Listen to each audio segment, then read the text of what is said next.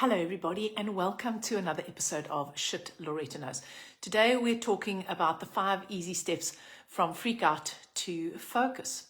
So why am I talking about that today? Well, because I have been, my version of freaking out for the last, 2 or 3 weeks. It's been very stressful.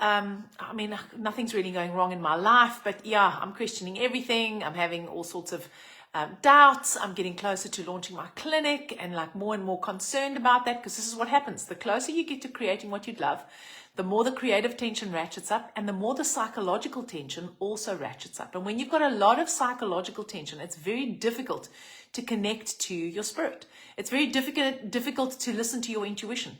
In fact, it becomes almost impossible. And so, but I say almost impossible, because if you know how, then you can actually go from freaking out to focusing in 5 easy steps. Now, you may have to do these 5 easy steps a couple of times a day, but let me just tell you, it's much better than trying to operate from that place of freaking out, because when you're operating from a place of freaking out, you are trying to create from fear. And when you try and create from fear, you create more of what you fear in the long term and in the short term. And you actually fritz your nervous system, which doesn't help you get any kind of clarity, and it shuts down your intuition even more. So you know that the creative orientation is based on, one of the premises is that our focus and not our attitude creates our reality, which is why you can be freaking out and you can still be creating what you would love. However, in order to do that, we need to shift our focus from what we're frightened of to what we'd love. And this is very difficult when, you feel like the wolf's at the door, or, the lion's breathing down your neck, or you can't pay your bills, or you feel like your relationship's going to crumble, or your health is in shit, or, your friendships are falling apart, whatever. It's very difficult to be accessing your limitless spirit under those conditions. So our focus does create our reality, not our attitude. The good news, as I said, is it doesn't matter if you're freaking out. You can still create what you love. However, you do have to shift your focus from what you're frightened of to what you would love to create. So I want to talk about the 2 streams of consciousness that are always creating reality for us. And I know I've said this before, but it bears repeating. So you've got 2 streams of consciousness that are always creating. You are always creating. You are creating your life, whether you know it or not. You're either doing it consciously or you're doing it unconsciously. So those 2 streams of creation are, one is your ego reality, or your animal nature, or you can call it your lower mind if you want to. And that's your perception of reality. That's what you think that's who you think you are. That is based on your perceptions of yourself, the beliefs that you have about yourself, the beliefs that you have about other people, the beliefs that you have about the world. And none of that is actually true, because that is all formulated in response to things that have happened to you. So your ego reality, or your lower mind, communicates to you through your thoughts and your feelings. So when you are thinking negative thoughts and you're freaking out because you're really concerned, let's say, about the future, then that is an indicator that your focus is on your ego. And what that does is it sets up something called psychological tension. And psychological tension, we're always tempted to soothe psychological tension. We want to soothe it in the moment. And so as a consequence of that, when we adopt a coping strategy, we have a mechanism, we have a habit that helps us to soothe. Now, for some of us, it's eating. For some of us, it's drinking wine. For some of us, it's watching TV. For some people, it's avoidance. For some people, it's procrastination. For some people, it's sticking your head in the sand. Most of us have some form of avoidance or procrastination when it comes to this, or hoping things are going to get better without actually taking any kind of action, or taking actions like hustling and grinding to make it work, and then it still doesn't work, right? So you end up burning yourself out.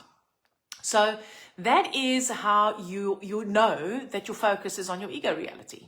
What are you thinking, and what are you feeling, and what is it making you want to do? And those are patterns that you've repeated numerous times in your life. And you can ask yourself, okay, well, if I do this, what's the inevitable consequence? So in my case, the one that I had this morning was avoidance. I don't feel like doing anything. Okay, well, if I do nothing, what is the consequence going to be? Well, the consequence is going to be that my flippin' list of shit that needs to be done is just going to get longer. And so I'm going to get even more anxious, even though I'm supposedly, pretending that I don't care. Well, that's not the truth. It's tomorrow. There's going to be even more for me to do, which means that there's more freak out tomorrow that I'm going to have to manage. So then I can ask myself, well, is this a strategy that serves me? well, it doesn't serve me. Okay, well, maybe I can find something else. Now, before we get on to the find something else, there are a couple of things we need to talk about also. Then the second stream of consciousness is your limitless spirit or your higher self. That's the wise, all-knowing part of you that exists throughout space and time. It has all the answers and it's open to an infinite number of possibilities. This part communicates to you through your imagination and your intuition. But when you are freaking out, your imagination and your intuition are not particularly active, which means that it's difficult to use that as a guide as to what actions are going to serve you best to create what you would love. And the reason why this happens is because the part of your nervous system that governs all your automatic functions in your body, your autonomic nervous system, consists of two parts. So sympathetic, and when it is triggered and it's overactive, it ends up in fight, flight, freeze, or fawn. Fawn is when you try and please everyone. That's like people pleasing at the expense of yourself. That's the fawn response, right? So you either want to run away, you want to fight, you become paralyzed, or you want to like make nice so that someone else can rescue you or save you or help you or accept you. Your parasympathetic nervous system, which is also part of your autonomic nervous system, this is part of your rest and digest, okay, part of the nervous system, and this is the one that's more relaxed. Now, this one sounds very attractive, but the truth is, when this one is overactive, think of it like your sympathetic nervous system is like the accelerator of a car, and your parasympathetic nervous system is like the brake. So when your sympathetic is out of control, you've got your foot on the accelerator and you're going hell for leather, and you've got to brake much more forcefully in order to get the car to stop. So when your sympathetic is overactive, it taxes your parasympathetic. And when your parasympathetic is overactive, it's like you've got your foot on the brake and you've got your foot on the accelerator and you're trying to get the car to go forward. It's really, really difficult. So when your parasympathetic nervous system is overactive, you become sluggish, you slow down, you can become like underactive thyroid is very often, it's not necessarily a parasympathetic is response, but think of it that way. You slow down, you get fatter, you get colder, you become more sluggish, you become depressed, you become more introverted. That's what happens when your parasympathetic nervous system is dominant. And what you really want is you want something called what's the word? Wait, I wrote it down. It's because I can never remember it. It's something like sympathovagal. Oh, and I can't see where I've written it. Hang on. Where did I write it? Oh, sympathovagal. Yeah, sympathovagal balance.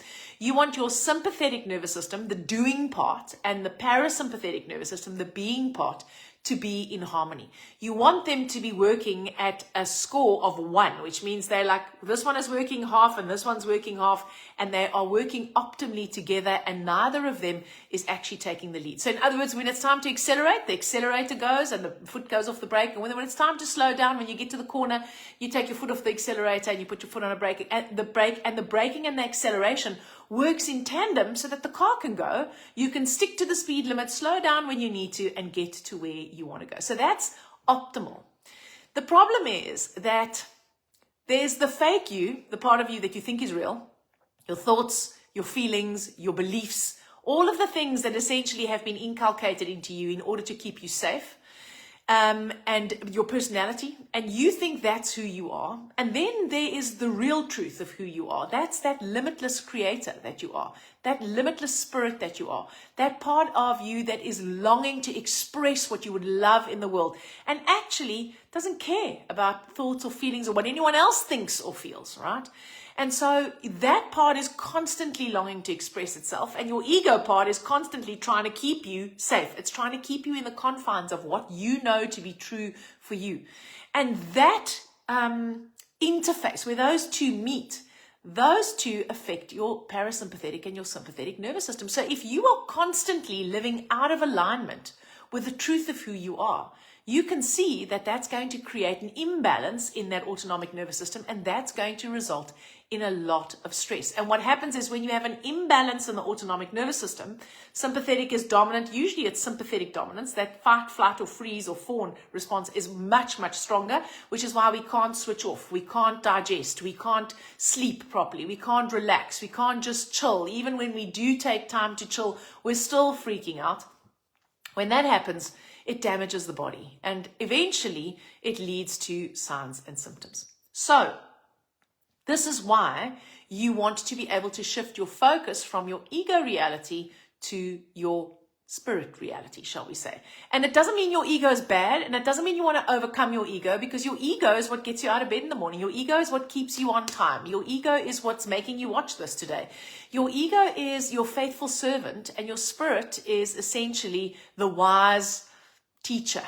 But what happens with us is the wise teacher becomes the faithful servant. In fact, it becomes the house elf in Harry Potter of the tyrannical master, which is the ego. And that's what keeps us trapped in repeating the same patterns over and over and in our unhappiness. So how do you shift your focus? Well, the first thing is you get real with what's true for you right now. So I'm going to give you an example. So let's say I've got a program that I'm that I'm launching. It's relaunching it again at the end of August. And in fact, I've got another one that's also happening at the same time called Whole Body Reset. I've got these two programs, the Healers You Training and Whole Body Reset.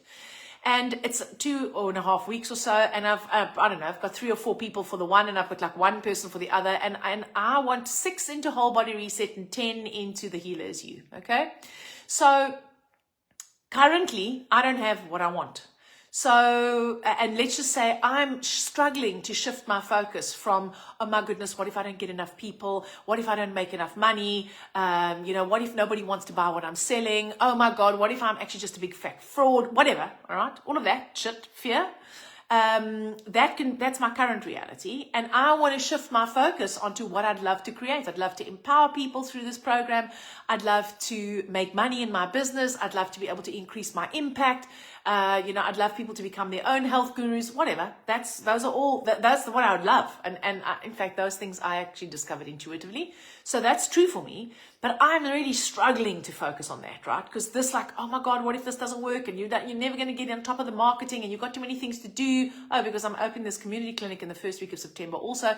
So now there's a lot of shit happening all at that time. And, there's a lot of stuff that has to happen behind the scenes. Okay. So that's my current reality. So the first thing you do is you write down your thoughts and your feelings, but you've got to be brutally honest. So if I write down, oh, I know the universe will provide. Okay. But that's not how I currently feel. Because if that was what I truly believed, then I wouldn't be freaking out. So it would be something like, oh my God, what if no one buys my programs?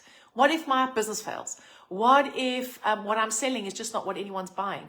What if I'm actually no good at this? What if people find out that I'm actually really worried about this? Maybe I'm too needy, all right? Whatever the thoughts are, okay?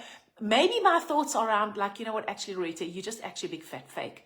That's why no one's going to join these programs. And you're going to get found out, and your whole life, the house of cards is going to come tumbling down. Or my thoughts might be, what the fuck is wrong with people? I'm offering an amazing service. What the fuck is wrong with them? Why are they not joining up my course? I mean, really? How much simpler than this must I make it? Okay, so it can go either way. It all depends on what I'm truly thinking. My point is, don't whitewash it. Don't pretend that you're not thinking as negatively as you are, right? You've got to be as brutally honest as you can be, because the more honest you are, the more you're taking it out of your unconscious and you're making it conscious.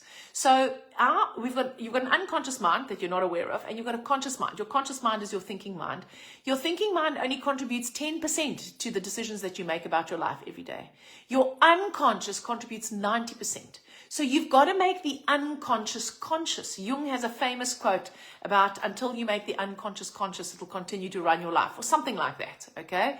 So you want to make the unconscious conscious, and that's why you've got to be brutally honest. So what are you really thinking? This is the truth of what your ego is thinking about the situation right now.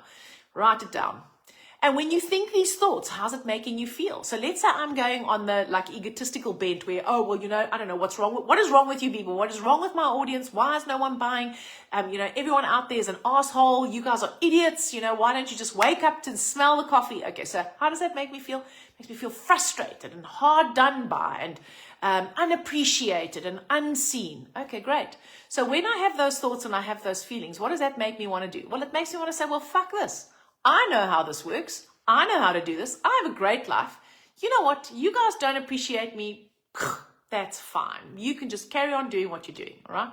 So that's a strategy. Now, if what I would really love is to teach people these tools and techniques, I love teaching these programs, learn from people, improve the programs, make some money, grow the impact of my business, grow people.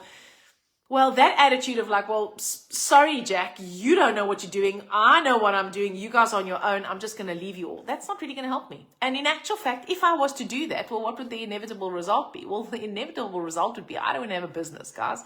I wouldn't have work. I wouldn't have the stuff that gives my life meaning right now. Well, I mean, I'd have some of it, which is the other stuff outside of work, but not this. So is this a strategy that I'd like to perpetuate? No, actually, this is not a strategy that works for me right now. Okay, so that's step one. You've got to get real with where you are. People hear this, they don't do this. I thought I was doing it for ages until one day I realized, you know what, Loretta, you're just positiving this shit. All right. You're being more positive because you don't actually want to admit how negative your thinking actually is around this and how negative your emotions are around this. And I'm telling you now, the degree to which you can connect to your limitless spirit through your intuition is determined by the degree to which you can be honest about how you really think and feel.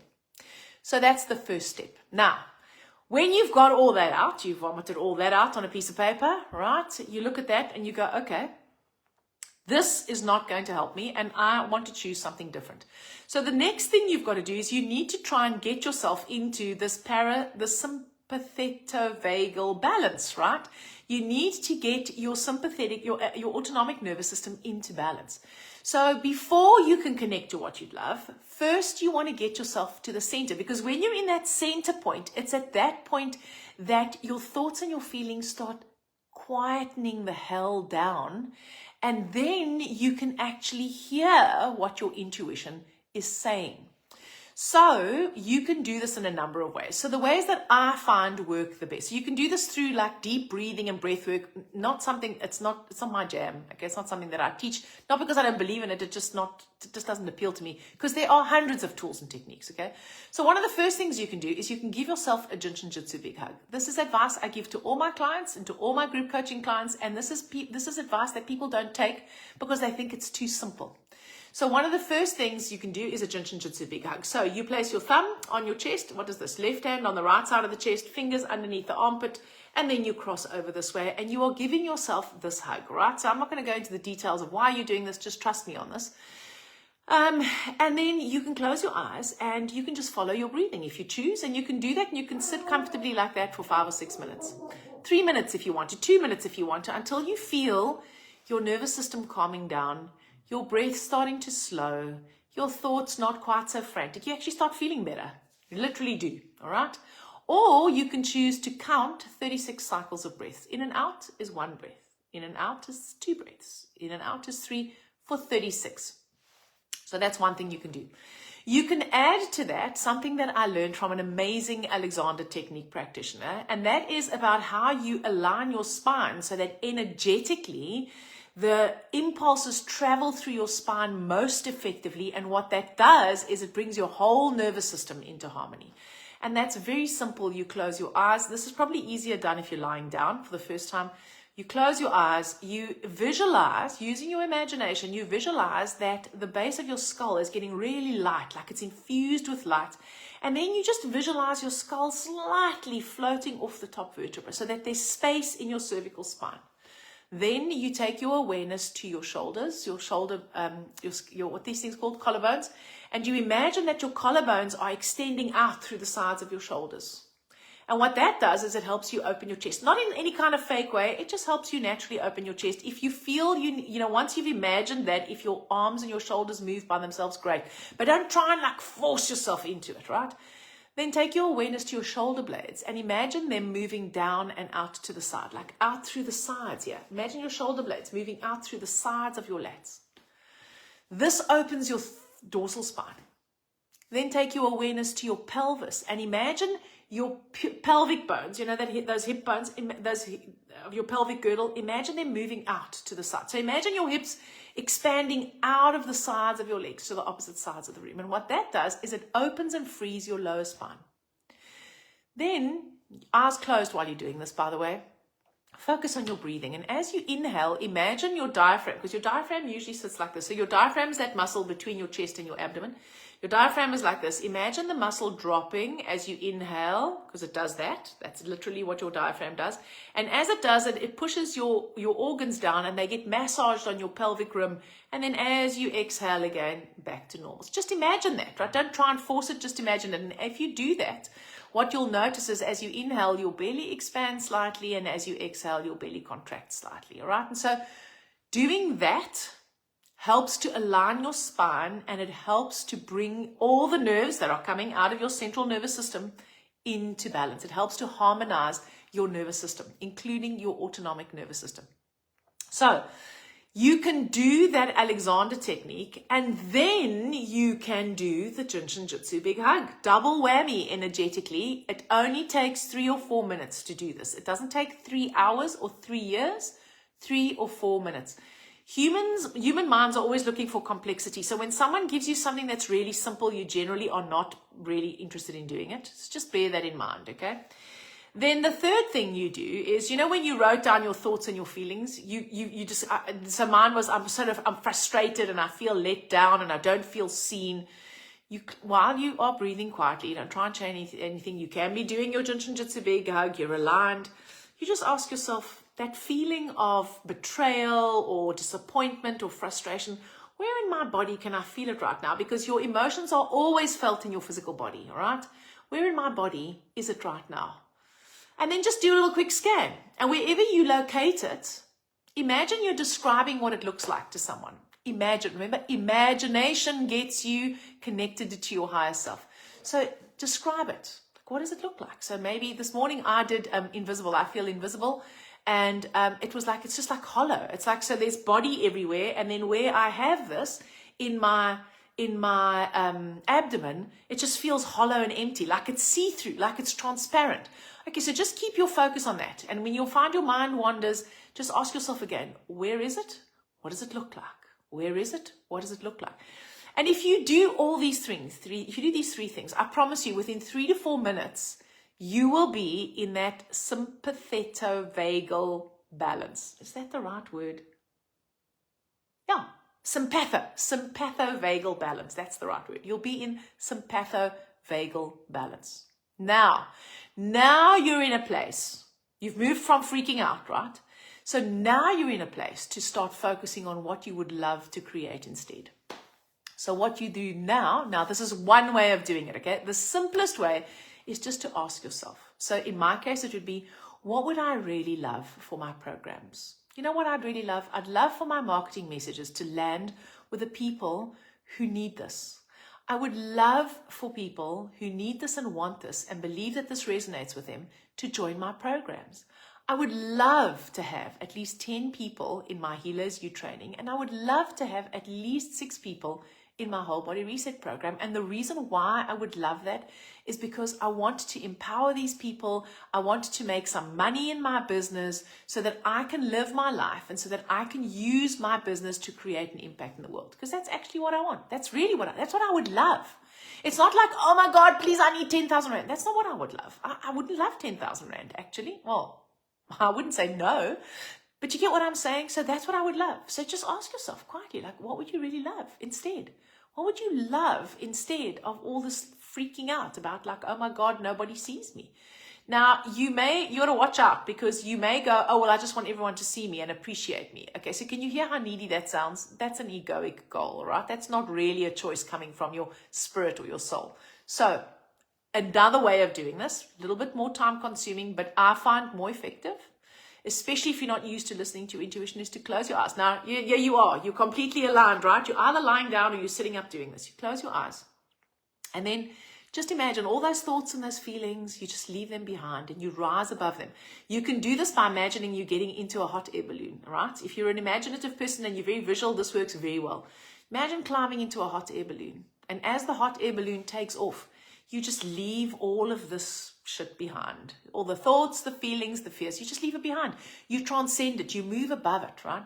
And then when you're there, you choose to serve yourself from your heart. You choose, you set an intention to connect to your heart or your spirit. You choose to serve yourself because you know that when you serve yourself, when I serve myself, I serve everyone else also. And then you imagine a beautiful circle of golden light in front of you. And that circle of golden light represents whatever your higher self or your spirit's vision is for the issue that you're dealing with. In my case, it's my higher self vision for my business or these specific programs if I want to, but it could just be for my business. And then I go, okay, so, I see the circle, beautiful golden circle that's got a fine golden mist around it. And as I step into the mist, I imagine that golden mist washing through me, and any thoughts and feelings that might be left over, they just get washed away. And I connect once more to my heart. My intention is I choose to serve myself from my heart today, for my highest good and everyone else's highest good. And then I step into the circle and I look at what my higher self, I look at the vision that my higher self has given me for my business. So when I step into that circle, do you know what I see? I see all these little lights. I see all these little lights connecting. Like, when you see those aerial photographs of the continents or the cities at night, there's all these little lights. And those little lights represent the people. They represent their lives lighting up. That's really what I'm after, okay? That's what my higher self is showing me. And when I connect to, what would it be like if I could create what I love? When I've created it, when it's already done, when I have taught these programs, when I have reached these people, right? When I have made that money, when I've created that impact for my business, what would that feel like? And then connect deeply to that feeling and breathe that feeling into your being. And then ask yourself, when you're connected to that feeling, what are you motivated to do? Remember, my motivation in my ego was, well, fuck everyone, I'm just not doing anything. When I'm there, what am I motivated to do? What is obvious for me to do next? So now whatever comes to mind might be. Now it might be, in my case, make another video about a particular topic. Or it might be go for a walk. It might be take a nap. It might be feed yourself well. It might be go and ask your partner for a hug. It might be do some more of the energy work. Whatever comes to you, that's your intuition. And then you can step out of that circle. And then you can open your eyes and you can come back to reality, because what you've done then is you've shifted your focus. Now, here's the thing, my friends. Shifting your focus is not enough. You have to take the action, because action is what creates. But when we take the action that's aligned with our ego, then we create what our ego believes is true. I'm invisible. I'm useless. No one respects me. No one wants what I'm selling. All that bullshit. If I'm taking an action when my focus is on my higher self, and that action might be make a video. When I'm connected to that energy of my end result that my spirit has shown me, and I make the video, I'm going to come across completely differently. And people respond to the energy. They don't really respond to what you're saying very often. So can you see that that's different? I could make a video. I might say, okay, well, my marketing teacher told me I'm to do X, Y, and Z, so I'm going to make a video every day. Listen, you fuckers, I'm making this video. I hope you guys get what I'm trying to say and sign up for my program. Now, I obviously would try and be a bit more subtle than that, so I'd like try and pretend that's not what I'm saying. But the truth is, that's how I'd be feeling, and that's what would be coming across. Whereas if I'm truly connected to all those lights lighting up across the continent, oh my God, imagine if only a fraction of that were possible. If I could create a fraction of that, how would that feel? Wow, it would feel like I was fulfilling my life purpose. So when I speak to you from that energy, it's different, right? So that is how you shift your focus. 5 easy steps. Now, this is not easy in the beginning, just like going to gym is not easy the first time. You can't bench press 100 kilograms, right? The first time you go to gym, if you've been a couch potato. You have to practice, okay? You have to practice. And that's what I'm saying. You may have to shift your focus 3 or 4 times in the day. Now, you might say to me, oh my God, this sounds so laborious. I've got to do this like for 5 or 10 minutes, 3 or 4 times during the day. I don't have time for shit like that. Can you hear my ego? My ego's like, oh, I don't have time for that.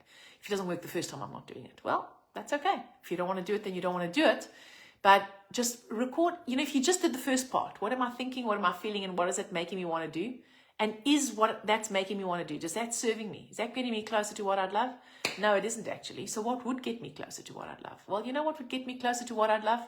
Sending someone that I know a message and saying, you know what, I have this program. Maybe you'd love to be part of it. What's the worst that can happen? They can say thanks, but no thanks. That's the worst that can happen, okay? So this is how you go from freaked out to focus, my friend. 5 easy steps. First one is own it. Name it. How do you feel? What are you thinking? What are you feeling? What's it making you want to do? Then regulate your autonomic nervous system. And you can do that through the big hug, the Jinshin Jyutsu big hug. You can do that through breathing. You can just take a couple of deep breaths, really. You can do that through the Alexander technique with the Jinshin Jyutsu big hug, or one or the other. Feel the feelings. Allow yourself to acknowledge how this is making you feel. Get real about how you feel. Get real about how you feel. It almost rhymes, right? Get real about how you feel and just spend a little bit of time feeling into that. And then, once you feel your thoughts and your feelings calming down, and honestly, it feels like, to me, when I do this, it's like someone's taken a dial. You know, the dial's on like combustion. It's like I'm about to combust and my head's about to explode, and it just goes, whew. The worst that can happen is you'll feel better. Even if you leave out the part of getting in the hot air balloon, rising above it all, and then connecting to what you love. But why would you leave that part out? That's the best part. Because when you step into that circle and you ask yourself, right, when I've created what I would love, what's it going to be like when I've created this? This is what it's going to feel like. Oh my God, yes, I can totally get behind that. And what is that making me want to do? What is that for motivating me to do? So if it's motivating me to be more honest in my Facebook posts, for example, well, what's the consequence of that? Well, if I'm more honest, there might be people who like me less, but that's okay. The people who like me are probably going to like me more. And those are the people who are potentially going to be my customers. Can I control whether everyone's going to buy my program? No, I can't. How am I going to feel while I'm doing the work? Amazing. Am I going to hate my job or love it? I'm going to love my job. So, my friends, that's how you do it. If you want to learn how to do this in more detail, then I would urge you to sign up for the Healer Is You training. It's happening on the 29th, 30th, and 31st of August. I will put the link in the comments. The cost is 1,850 Rand. That is less than you would pay for an hour of my time personally, just privately of my time, or more or less the same, but it's actually slightly less. Unless you're a good client of mine.